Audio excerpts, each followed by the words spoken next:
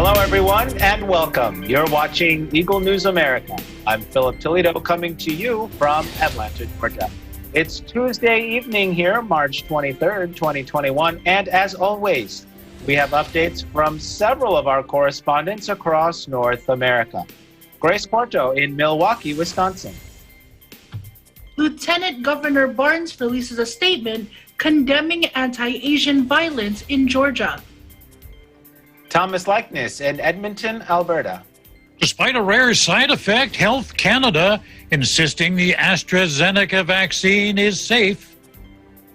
Carlo Valdez in Union Township, New Jersey reports about Governor Phil Murphy's roundtable on anti-Asian American violence and discrimination.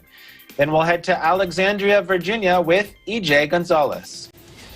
Governor Northam pushes for Virginia to eliminate single-use plastics, and your weekly update on case counts and COVID vaccinations. Las Vegas Bureau Chief Anna Cui. Nevada test positivity rate hits below 5% despite high diversity of COVID-19 variants. Elmarie Gonzalez in South Haven tells us about Mississippi celebrating 1 million vaccines administered. Angel Membrere in Sacramento tells us about California's Agriculture Day.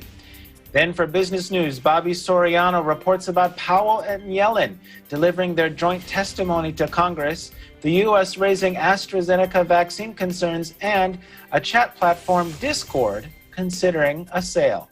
Plus, for tonight's roundtable, if there's time, it's National Chip and Dip Day. Time to share our best dip recipes with all of you and each other. Our coverage begins now. The Colorado city of Boulder was in mourning today following yesterday's shooting rampage at a local grocery store that claimed 10 lives. Police have now charged a 21-year-old man with 10 counts of first-degree murder. Police Chief Maris Harold says Ahmad Al-Aliwi Alisa was wounded in the leg during a shootout in the store with police before he was taken into custody. He lived in a community about 20 miles from Boulder. Authorities say he lived most of his life in the United States, but offered no further elaboration. He is believed to have acted alone. Harold says she takes yesterday's gun violence personally.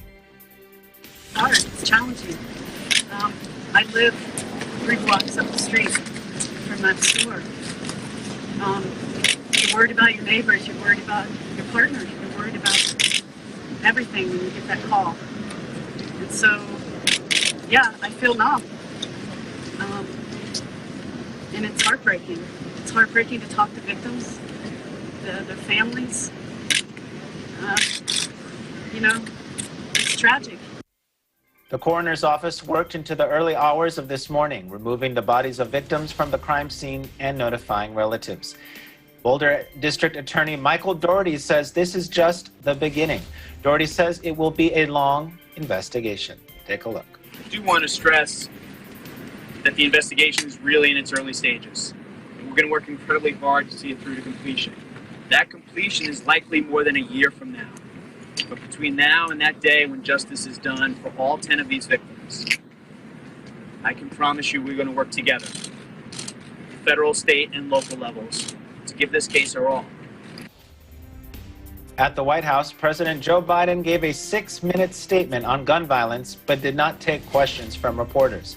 He called on the Senate to pass gun laws that have already been passed by the House of Representatives. I don't need to wait another minute, let alone an hour, to take common sense steps that will save the lives in the future, and to urge my colleagues in the House and Senate to act. We can ban assault weapons and high-capacity magazines in this country once again. Biden also paid tribute to the Boulder police officer who was killed when he responded to the shooting. 51-year-old officer Eric Talley was an 11-year veteran of the department, and he was the father of 7 children. This month, the House of Representatives passed 2 measures aimed at enhancing background checks and closing a loophole related to a deadly 2015 church shooting in Charleston. The bills address a hugely popular premise among American voters that background checks should be required for all U.S. firearm sales, including those at gun shows. Biden said last month he wanted Congress to go further and pass laws that would require background checks on all gun sales and ban assault weapons and high-capacity magazines. Meanwhile, Senate Minority Leader Mitch McConnell says there are deep-seated philosophical differences between Republicans and Democrats about how to deal with gun violence. That legislative solutions have been perplexing for stricter gun control. Take a look. I'm certainly open to the discussion. You know, we were in this place August of 2019 when we had another series of incidences. The then president was wrestling with whether or not he could support something. What I'm not attracted to is something that doesn't work. And there have been deep-seated philosophical differences between Republicans and Democrats about how to deal with gun violence. It certainly rose to the fore for everyone else when we saw these shootings.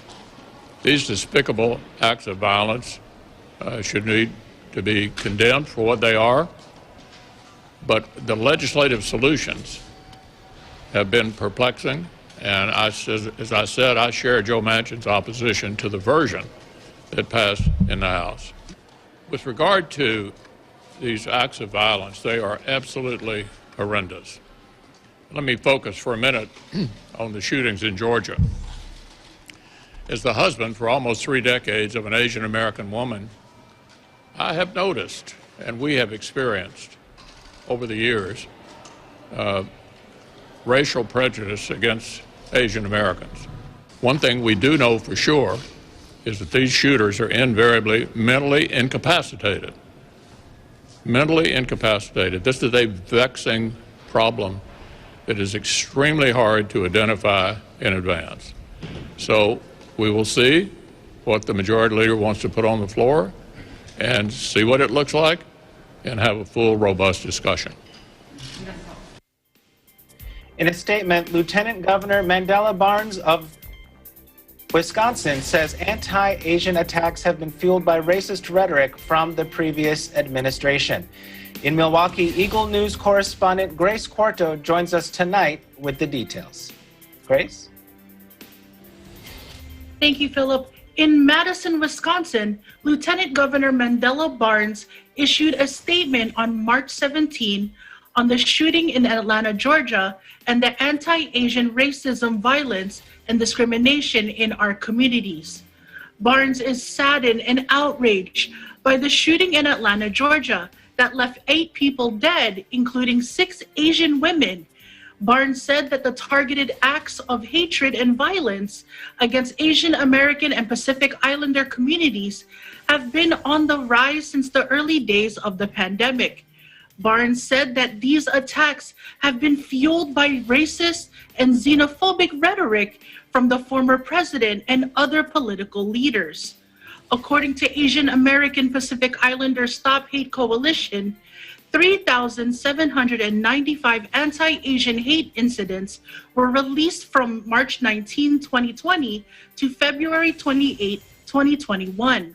Types of discrimination reported were the following: verbal harassment at 68.1%, and shunning, which includes the deliberate avoidance of Asian Americans, at 20.5%, make up the 2 largest proportion for the total incidents reported. Physical assault at 11.1% comprises the 3rd largest category of the total incidents. Civil rights violation, workplace discrimination, refusal of service, and being barred from transportation account to 8.5% of the total incidents. Online harassment makes up 6.8% of the total incidents. In total trends, women report hate incidents that are 2.3 times more than men. Youth 0 to 17 years old report 12.6% of the incidents, and seniors 60 and above report 6.2% of the total incidents.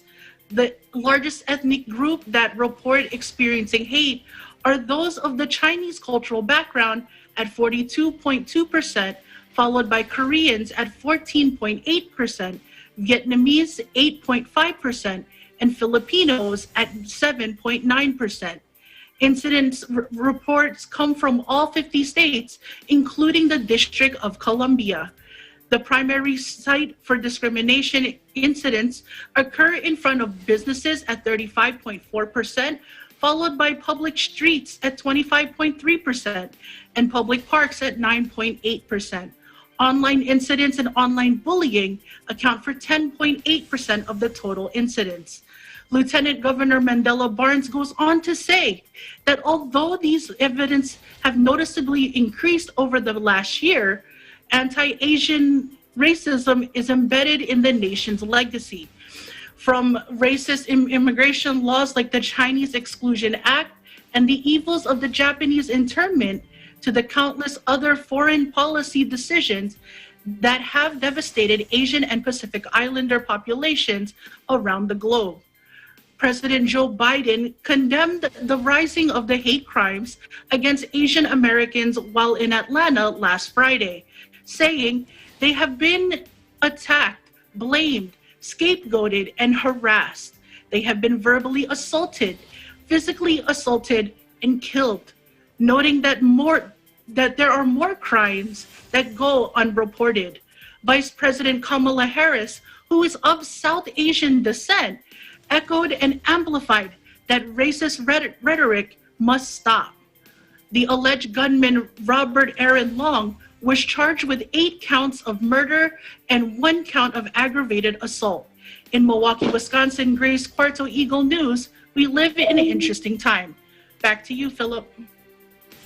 Thanks, Grace. And, we were talking before the show started today, and, I know that you're of Asian descent. Have you ever encountered someone who used a racial slur against you? Honestly, yes, I have. I actually was born and raised in Philadelphia, Pennsylvania, which is typically very diverse. However, I still heard the slanted eyes and, the racial slurs. Actually, more recently, I was at a restaurant and I was trying to read the menu, but I didn't have my glasses, so I was kind of squinting. And this white male, this older white male nearby was saying, like, if you open your eyes, maybe you can see the menu. And then under his breath said a racial slur. Initially, of course I get angry, but I, of course, have to, number one, be respectful that he's older. Number two, understand that I'm in public and I should be a better person. So I just ignored him, ordered, left, moved on. Mm-hmm. Now, if that were to happen again, and hopefully not, but, how would you react? Would you react differently or would you react the same? I wish that I would have more incentive to say something. I'm not a very confrontational person. However, more and more that we're seeing that, these people are getting attacked. These people that look like my parents, that look like my grandparents, that look like, my friends' parents. It all the more gives me that motivation to speak up, but also reminds me that you have to be proper in public. I have to be respectful. I was always taught to respect elders, regardless if they're my elders or anyone else. So this is a very, very difficult time to be, going through this, because normally I could walk down the street and, put headphones on and have no problem. But now I rethink whether it's safe for me, for my family, to even walk down the street. And hopefully, like you said, we don't have to go through this anymore. Mm-hmm. Absolutely. And, I like what you said about, you're in public and, you were always taught that, you should respect other people, particularly when you're in public, right? And it's, I may be opinionating a little bit here, but, it's just so unfortunate that, not everybody else has that same outlook when they're in public. and disrespecting someone, just because of, the way that they look. But, Grace, I really appreciate, both your report, but then also your honesty and your candor with us tonight. We hope that you'll continue to stay safe there and make sure, to lighten it up a little bit. We have our roundtable tonight about National Chip and Dip Day, so we're also looking forward to hearing your tasty thoughts there as well. You take care too, Philip. Thanks, Grace. Calling an end to anti-Asian American violence and discrimination, Governor Phil Murphy of New Jersey holds a roundtable with community leaders. Bureau Chief Carlo Valdez in Union Township has the details. Carlo? Thanks, Philip. On Tuesday, Governor Murphy held a roundtable discussion with Congressman Andy Kim and a few community leaders. The congressman shared his story about his family, and the Asian community were being discriminated against. Let's take a look. And please help me welcome Congressman Andy Kim. Thank you, Governor. Thank you, everyone, for coming together for this conversation. I appreciate the Governor and the Attorney General and others taking time to listen. And I'll be honest, I'm here to listen too. I'm here to listen because this is such a pivotal moment for us to be able to understand and lift up the voices that so often feel unheard, and to see the faces that so often feel unseen. I've had the chance to be able to speak to some Asian Americans around New Jersey over the last week, especially Asian American women who are particularly hit by just the violence that we saw in Atlanta. Some of them talked about their own experiences. Some of them talked about how they felt like they couldn't come forward and say something, some because of fear of retaliation or just issues of concern on that level. But one woman said something that really stuck with me, which is she said she didn't come forward and talk about the discrimination she faced because she didn't think anyone cared. She didn't think anyone would listen. I remember really just my heart breaking when I heard her say that, because I could hear in her voice a level of loneliness and isolation, of feeling like structures of our government are not being responsive as they should be. And I really hurt, and I could feel it in her voice. I'll be honest, I'm struggling to process what's happened over the last week, over the last couple weeks, over the last year and beyond. I've shared before that I've experienced discrimination over the last year, where I've had instances where people yelled at me, said racial slurs to me, profanity thrown at me to tell me to get away from them because they think they're going to get the coronavirus because I'm too close to them. My mother experiences this at grocery stores where people will say that she's spreading COVID around the fruits and vegetables. Most recently, my child came home one day from school and told me that another child kept yelling at him and repeatedly taunting him, saying, Chinese boy, Chinese boy. And my 5-year-old had no idea what was going on. And really couldn't even, he told him, I'm a New Jersey boy. That's what he said back to him. How innocent and beautiful is that? But it broke my heart as a father. And as for coronavirus stats and numbers, New Jersey reports of 3,429 new positive PCR tests, pushing the total to 770,980.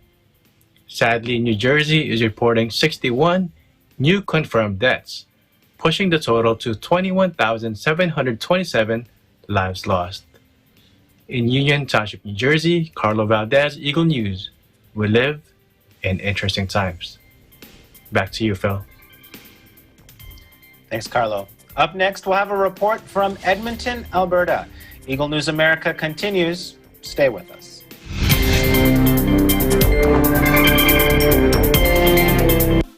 Factual. We have to defeat the virus everywhere.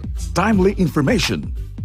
Balanced, not only in the country, but also abroad. I'm certain of one thing. Interviews that people need to know. Watch Aguila Pilipinas.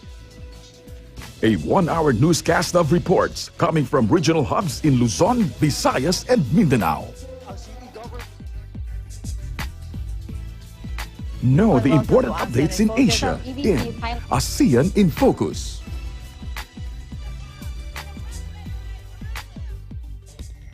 Track the latest stories in the provinces in Aguila Provincia.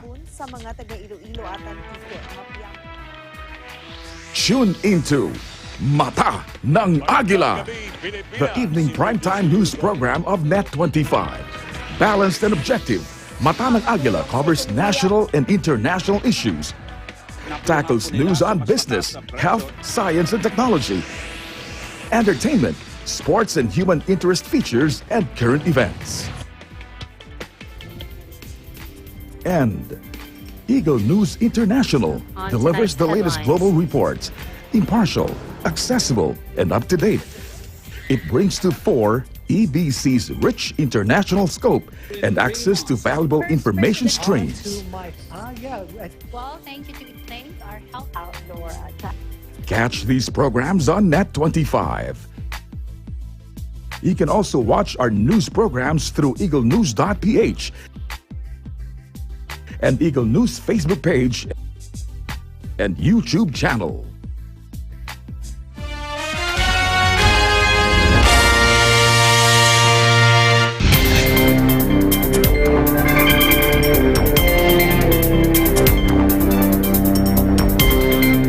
Welcome back. You're watching Eagle News America. I'm Philip Toledo in Atlanta. Now for today's COVID-19 numbers. According to the Coronavirus Resource Center of Johns Hopkins University and Medicine, as of 6 p.m. Eastern Time today, Tuesday, March 23rd, 2021, the number of cases of COVID-19 reported worldwide is now more than 123,984,000. The top three on the list of countries with the most recorded cases are the U.S. with more than 29,911,000, Brazil with more than 12,047,000, and India with more than 11,686,000.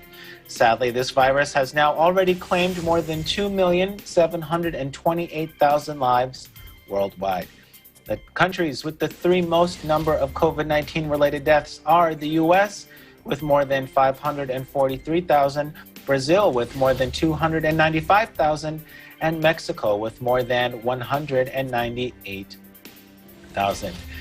The director of the Pan American Health Organization, or PAHO, Carissa Etienne, warns about an increase in cases of COVID-19 in Brazil, which is also hitting neighboring Venezuela, Bolivia, and Peru, and highlights a rise of infections in Chile, Paraguay, and Uruguay.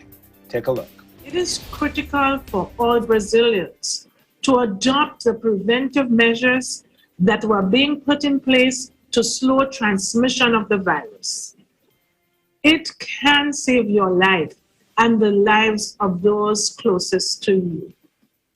Unfortunately, the dire situation in Brazil is also affecting neighboring countries.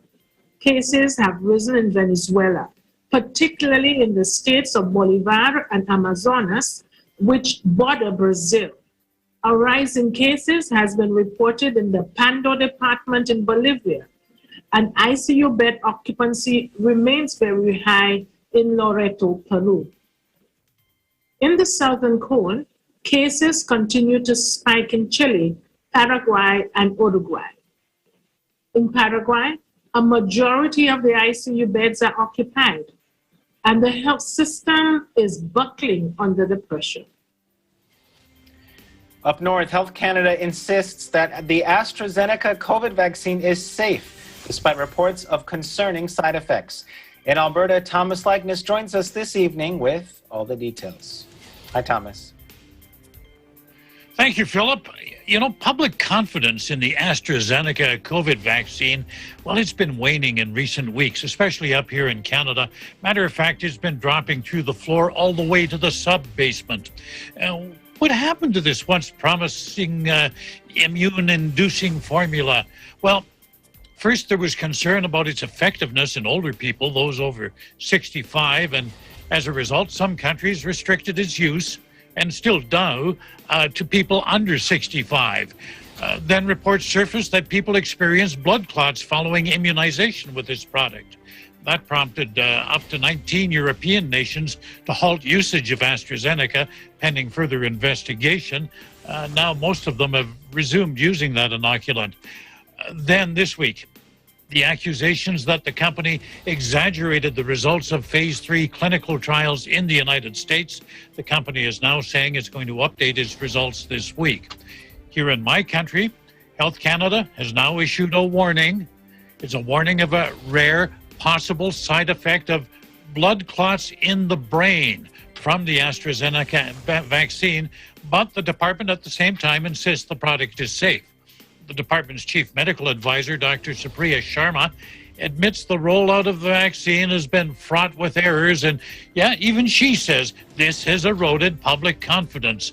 But she says despite the risk of the rare blood clot, the benefits outweigh what could go wrong. Sharma says only 38 people have developed those clots out of the more than 20 million that have been immunized with AstraZeneca. But the statistics don't seem to be resonating with the general public. Many people I've talked to are refusing to take it. They'd prefer to wait for an alternative vaccine. And this lack of confidence, we've got 4 vaccines up here. This lack of confidence in one of them is hurting the effort to immunize the population, because on top of that, our supply is very limited because we were late in ordering our doses. We should have been doing that when these vaccines were in the early stages of research, but by the time Canada got around to ordering, we were at the end of the line. In Edmonton, Canada, Thomas Eyelikeness, Eagle News, we live in interesting times. Back to you, Philip. Thanks, Thomas. And I know we've talked about the shortage of vaccines, the late orders there in Canada before. And that shortage has prompted the government to delay administering the second dose of the vaccine, for the Moderna and the Pfizer for up to 4 months. I understand some scientists feel that's an unwise decision. Can you talk to us a little bit more about that? Sure. One of those scientists is the chief science advisor in the Department of Public Health, Dr. Mona Nemer. She told an media interview today that studies indicate the effectiveness of the vaccine is reduced with that long of a delay, particularly in seniors and those with comorbidities. If they've got a chronic condition that they might be taking treatment for. Manufacturers even have said that second dose should be given within 21 days, no longer than 4 weeks after the first, not the 3 to 4 months the government recommends. Now, the reason it was done up here, it was strictly politics. It was to boost the number of people the government could claim have been vaccinated, even though the degree of immunity they have is somewhat diminished. Politicians argue that some immunity is better than none. I suppose that might be a valid argument. But in reality, what they've tried to do is solve a shortage problem by watering down the immunity that can be provided by the existing supply. And that is the problem when science comes up against politics. Philip? Absolutely. Now, real quick before we go, there's a lot of reports, from this side of the border that different states and areas are easing restrictions. What about there in Canada? Are there any moves to reduce or ease some of those public health restrictions? Certainly not in the medical community. There's no appetite for this at all. And politicians seem to be catching on. Up here in Alberta, on Monday, we were set to ease restrictions because some of the numbers said, hey, we're safe. But now they're looking at things like the more contagious variants and saying, hey, wait a minute, these things spread through the population like wildfire. Epidemiologists have told us if we don't keep these things under control, in a matter of weeks, we could be in worse shape than we were in December when up here we brought in another lockdown. Even these variants are spreading outdoors as well. It's not just indoor gatherings. We've got documented cases where they've been spread outdoors. So I think it's going to be a long time before we have any visitors to our houses up here, any potlucks, any karaoke's, any indoor gatherings at all. Philip? Thanks, Thomas. And I know that you're greatly looking forward to the next karaoke and potluck opportunity. I miss that so much, Philip. Well, hopefully it comes sooner rather than later. But and you're invited. Thank you, Thomas. I'll be there. Thanks so much for joining us tonight. Thank you, Philip. Now, still to come, we'll have stories from our correspondents in Virginia, Nevada, and Mississippi. Eagle News America will return in just a moment. Stay with us.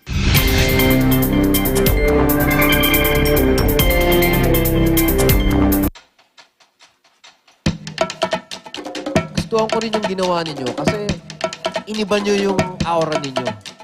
Para kayong cassette tape na binaliktad, ibang performance yung pinakita nyo sa amin ngayon.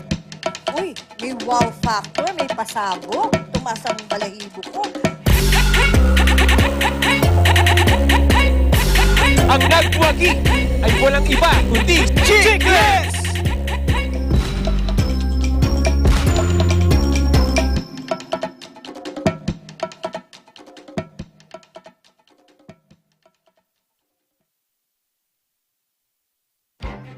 Events happen around us all the time, in our community, in our country, around the world.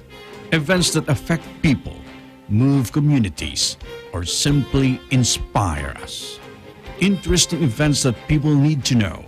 In these interesting times, we continue to be a competent partner in delivering news about these events. Fast, accurate, balanced. Eagle News, because we live in interesting times.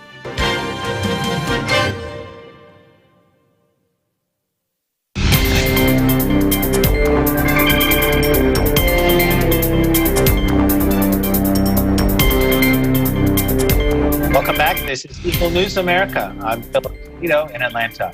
In Virginia, the COVID infection rate is declining, and Governor Ralph Northam encourages Virginians to support the ban on single-use plastics.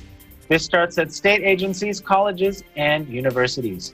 In Alexandria, EJ Gonzalez joins us with all the details. Thanks, EJ. Thank you, Philip. And here are the current COVID-related numbers for the state of Virginia. According to the Virginia Department of Health, the current 7-day positivity rate is standing at 5.6%. The state continues to see a declining trend for new cases, as only 44 new confirmed cases were announced yesterday. The number of those vaccinated continues to see an increase for the state as a whole. 24.5% of Virginians have now received at least one dose, which is a 6.5% increase from last week's number. The total number of doses administered is now over 3.1 million, an increase of close to 1 million over last week's number. Over 1.1 million have now been fully vaccinated, which is equivalent to 13.4% of the state's population. Despite the impressive number of vaccines being administered in the state, the leaders of the Northern Virginia Regional Commission wrote a letter to Governor Ralph Northam expressing their need for more supplies. In their letter, Alexandria, Arlington County, and Loudoun County are more than capable of administering 78,000 vaccinations per week, but are only receiving a maximum of 31,000 doses per week in those areas. The commission highlighted that there are over 341,000 people on the wait list in the Northern Virginia area who are considered Category 1A and 1B priority. In addition to this, Governor Northam is also tackling environmental issues for the state of Virginia at the 31st Annual Environment Virginia Symposium held today. The governor announced the signing of Executive Order 77, which is aimed to reduce the state's reliance on single-use plastics at state agencies, colleges, and universities. According to the United States Environmental Protection Agency, less than 9% of plastics are recycled in the country, while the other 91% of plastics are being disposed of in landfills or incinerators. Over the last 10 years, Virginia's disposed solid waste has grown from 2 million tons to nearly 23 million tons per year. The governor's executive order requires executive branch state agencies as well as higher education facilities to discontinue the distribution of disposable plastic bags, single-use cutlery, containers, straws, and bottles within the next 120 days. State agencies are also required to start developing plans to phase out all non-medical single-use plastics and styrofoam by 2025. Governor Northam says that with projects from investments in renewable energy and efforts such as cutting down on plastic waste, the state of Virginia is at the forefront of innovative efforts to protect the environment for a sustainable future. In Alexandria, Virginia, EJ Gonzalez, Eagle News. We live in interesting times. Back to you, Philip. Thanks, EJ. And, we were, talking about earlier about, the things that we enjoy about being an adult, and filing taxes came up. And I hear that you have some additional news for those who might be procrastinating on their state tax there in Virginia. Well, what can you share with us about that?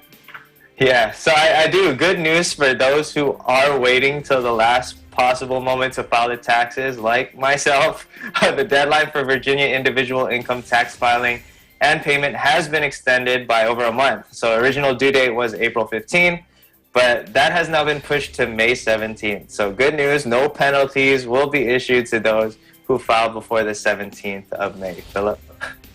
Absolutely. And, it's one of those things. I don't know why people, including myself, you and I don't know why we wait, but we do. So that's definitely great news. Well, thank you so much for joining us tonight, EJ. We'll catch up with you here at the end of the show. Thanks, Philip. Now we'll head to Nevada, where the COVID positivity rate is now below 5%, despite the high diversity of variants. Bureau Chief Anna Cui tells us what this means for the state. Hi, Anna. Hi, Philip. Yes, I'm going to be nostalgic here for a minute. In early March 2020, Nevada reported its first case of COVID-19. Then first reported death related to the virus followed just within days. Then the state of emergency was declared by Governor Sisolak, followed by the lockdown. We all know the story, right, Philip? I mean, the same pattern was seen in other states. But a year ago, we didn't know much about positivity rate. What was good? Where should it be? Then, according to World Health Organization, they set a goal. 5% or lower, they said, was a good goal to have, which is an indicator of a low risk of the disease in the communities. As of Monday, Nevada is at 4.8% test positivity rate. And what does this mean for Nevadans? Does it mean that we can now go back to pre-pandemic normal? Nope, not just yet. Caleb Cage, Nevada COVID-19 Response Director, was joined by Dr. Mark Pandori, Director of Nevada State Public Health Laboratory, Monday, to provide updates on COVID-19 efforts in the state. Nevada continues to perform genomic analysis of positive SARS-CoV-2 cases 7 days a week. As of Monday, Nevada has logged over 300,000 cases, with the 14-day rolling average of daily cases being at 204. The goal, I believe, is below 200. The state has now also completed over 2,889,000 molecular tests since the beginning of COVID-19. So recently they found there are 4 variants that make up 65% of all cases here in Nevada. There's the B1, B1.2 variants are the most common in the state, which they also report the most common in the United States, but not of any concern. Then we have the B1.427 and B1.429.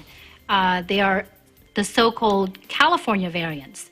These have been seen in Nevada cases since mid-December, according to the report, and they make up approximately a quarter of all cases in the state. The CDC considers these variants of concern because they may be less susceptible to a monoclonal antibody therapy, and they are known to be more infectious. Then there's the B117, also known as the UK variant, and the one that we've heard about more commonly. It was first seen in Nevada about a month ago, and then for 3 weeks, there were no additional cases. But last week, 37 more cases were identified. But despite of these findings, Philip, Nevada's test positivity rate continues to decline. Here in Las Vegas and Clark County, as of Monday, test positivity rate is at 4.7%, very close to the state overall.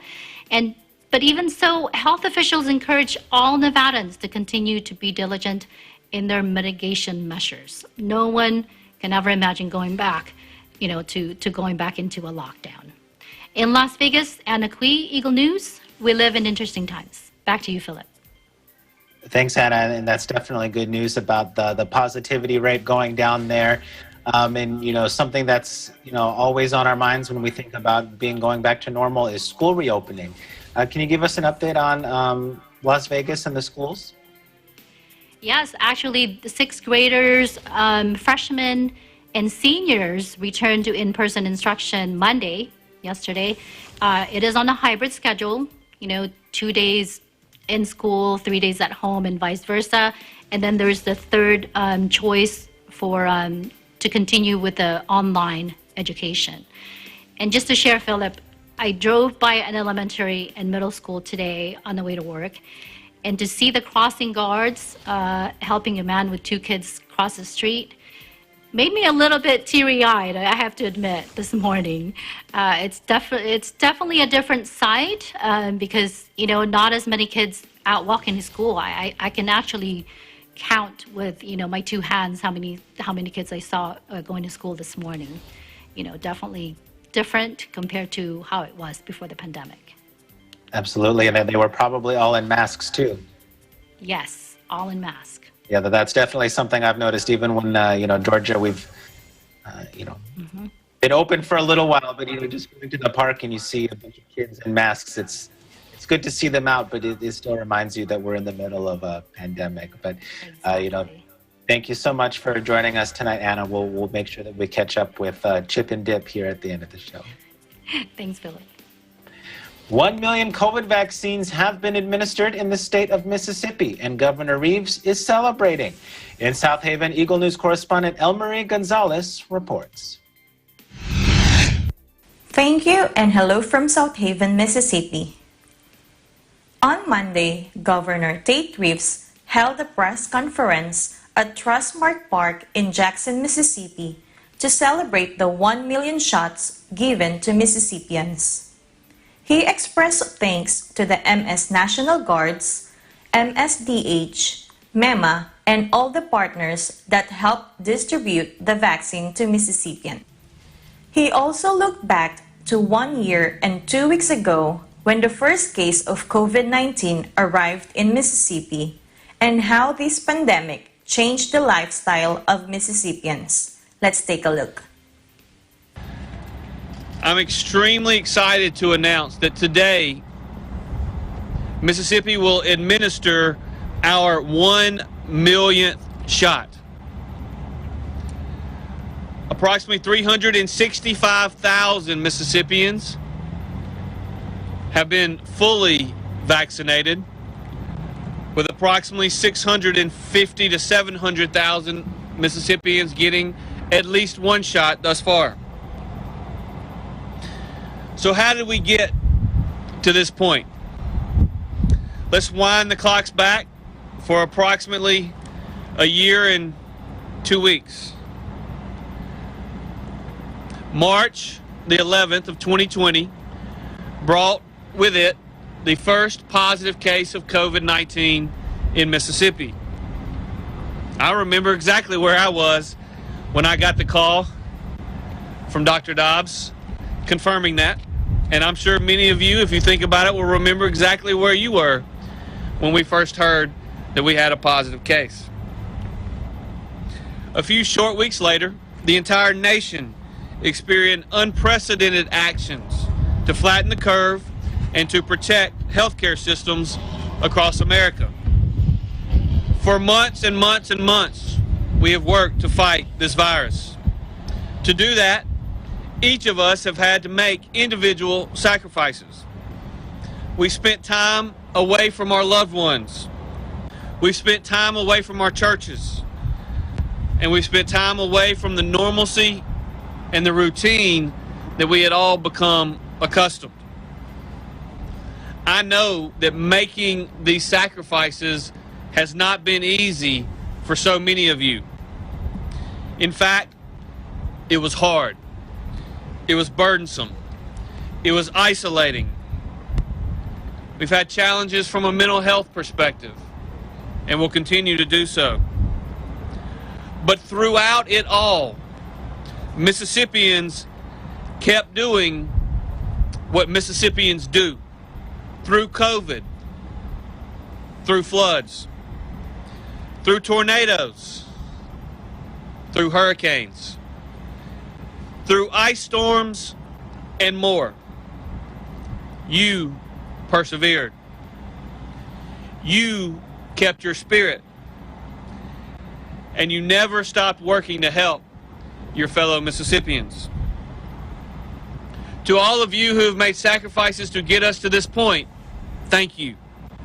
I want to say to the healthcare workers who have been on the front lines fighting every single day from day one, thank you. To the teachers and the men and women in uniform, and to the public servants at our state institutions who have put in countless hours to keep their fellow Mississippians safe throughout this struggle, I want to say thank you.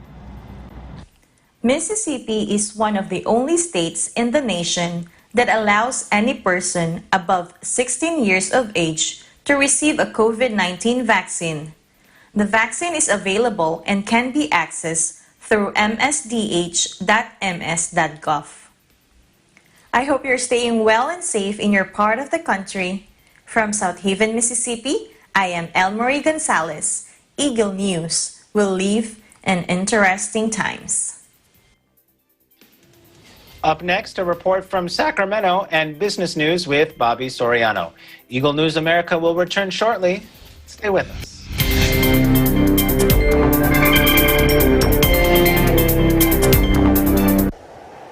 Innovation, digital disruption, globalization.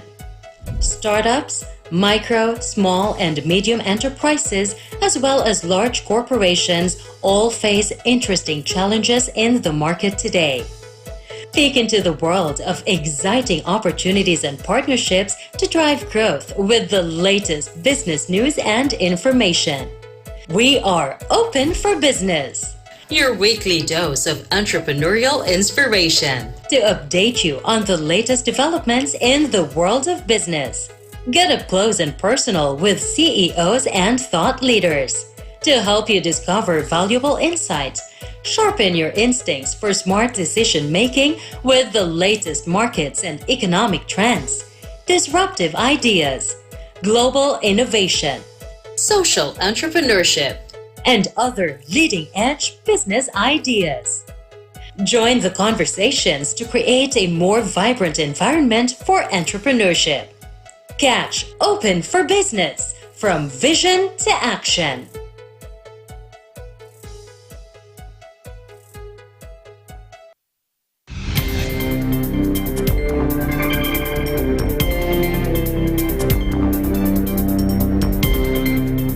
Welcome back. You're watching Eagle News America. This is Philip Toledo in Atlanta. The state of California remains in the red tier of its Safer Economy scheme. Plus, young leaders join a virtual discussion about the vital role of agriculture today. To tell us more, Bureau Chief Angel Membrere in Sacramento reports. Thank you. Sacramento County has moved to the red tier in California's blueprint for a safer economy. This means that more sectors are open for outdoor and even indoor operations with limited capacity and still maintaining social distancing, mask regulations, and sanitization. Some indoor operations now are available for movie theaters, libraries, museums, and even zoos. The effects of COVID-19 continue to affect many parts of people's lives. A prominent subject in this matter is the economy. At the beginning of the year, California sought billions to support the plans to reopen safely, and already within the first quarter of the year, California is expecting more than $14 billion in funds.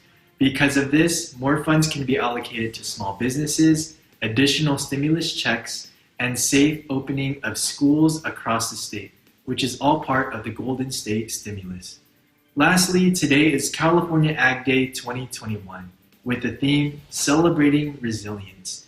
A virtual discussion was held where Secretary of California Department of Food and Agriculture Karen Ross spoke with young leaders about the future of agriculture in California. Toward the end of the panel discussion, they were asked, why is agriculture education important?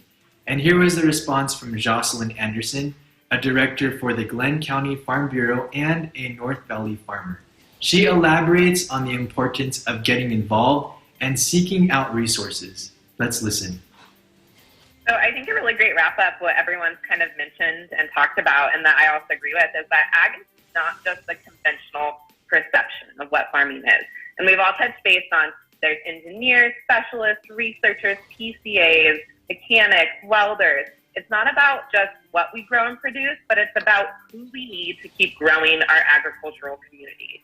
And I think we really need to encourage people to get involved, whether it's through FFA or 4-H or a county farm bureau or a UC farm advisor. There's so many resources that you can use in the ag community to get involved even if you're not just, a farmer or a producer. And it's, I think there's some great things we can also do with pushing on social media platforms as well and really getting our stories out there and drawing in maybe some of the audience who only perceives farming as that conventional view as just a farmer producer, and really being able to stretch that and help people understand that there's so many different things that we need to be successful in farming. In Sacramento, California, Angel Membrari, Eagle News, we live in interesting times.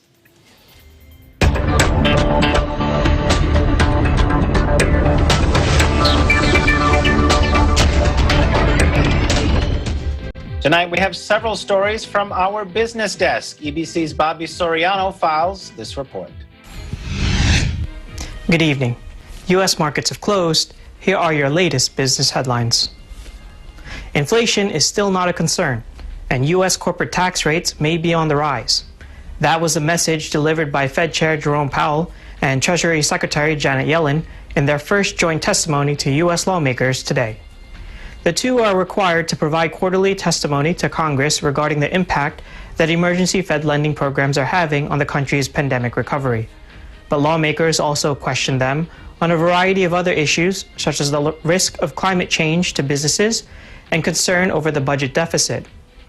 However, neither Chairman Powell or Secretary Yellen made any remarks that significantly deviated from recent statements.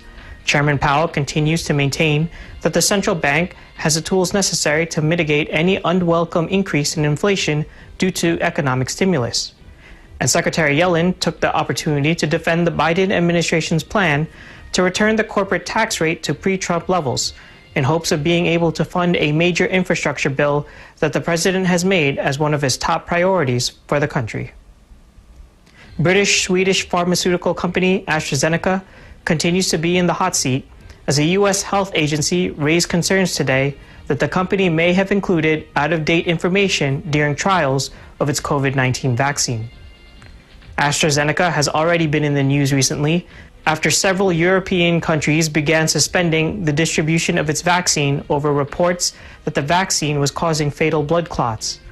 Health officials have already cleared the vaccine as safe, but the company continues to be on damage control due to the new concerns regarding the out-of-date information. The company responded to the health agency's concerns, saying it would publish new data within 48 hours to address them. And finally, chat platform Discord is looking to make a sale and has quite a few suitors interested. The San Francisco-based platform has become the platform of choice by video gaming communities, with the platform providing gamers a host of features that allow them to communicate together during gaming sessions, host watch parties, and create discussion channels with full multimedia support. Early reports of talks suggest that the company is looking for a sell price of at least $10 billion. It may very well get that price with the likes of major tech companies such as Microsoft interested in a purchase. Looking at the close today, U.S. indices were firmly in the red as investors were concerned about rising infection rates throughout the world, possibly slowing down the recovery. Reporting from New York, Bobby Soriano, Eagle News. We live in interesting times. Now, in the few moments that we have left, it's National Chip and Dip Day. So we want to take a few moments and ask our EBC friends tonight what their favorite dip is. And, well, that's what we're going to ask. So, Thomas, how about we start with you? What is your favorite dip that you like to use, a chip?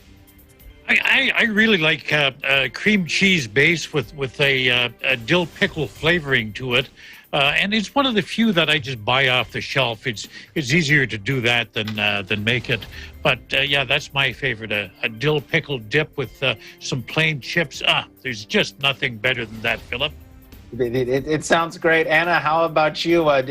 Is it a dip you make or is it a dip that you buy? Oh, definitely not making it. Spinach artichoke dip, Philip. Oh, and it has do you to eat be it warm. Has to be warm. Absolutely, with the Parmesan cheese on the top. Yes. Absolutely. I see EJ shaking his head over there. EJ, what's your favorite dip that you might use a chip for? I love all chips and dips, man. It's a meal to me, but I love my wife's guacamole. It's the best. I'm addicted to it, so I ask her to make it at least once a week. Guac and tortilla chips, man. It's so good. Absolutely, and avocado's got that, that good fat too. So that's definitely good for you. Grace, what about you? What's your favorite chip and dip? Wow, everyone, you're going to give me the unhealthy one. I'm going to have to say buffalo chicken dip. Oh, yeah, buffalo chicken dip. The little chunks of chicken when it's like heat up. Amazing. That sounds great. That sounds great. And just for me, I love a good old traditional salsa. You go to a Mexican restaurant, and then where they make the salsa fresh in house, where you get it slightly warm, and then the chips with a little glistening of grease on the top. So good, so good. Well, thank you so much for that very quick celebration of National Chip and Dip Day. Wherever you are, feel free to grab a bag and your favorite dip and join us in the celebration. And also join us, as we always do at the end of the episode, by thanking our frontliners, our medical care workers, essential workers, everybody helping us to get through this pandemic with a tremendous round of applause. Thank you so much for all that you do. Well, that is it for today's episode of Eagle News America. Thank you so much for joining us. Wherever you are, we hope that you're staying safe and you're staying well. I'm Philip Toledo. We live in interesting times.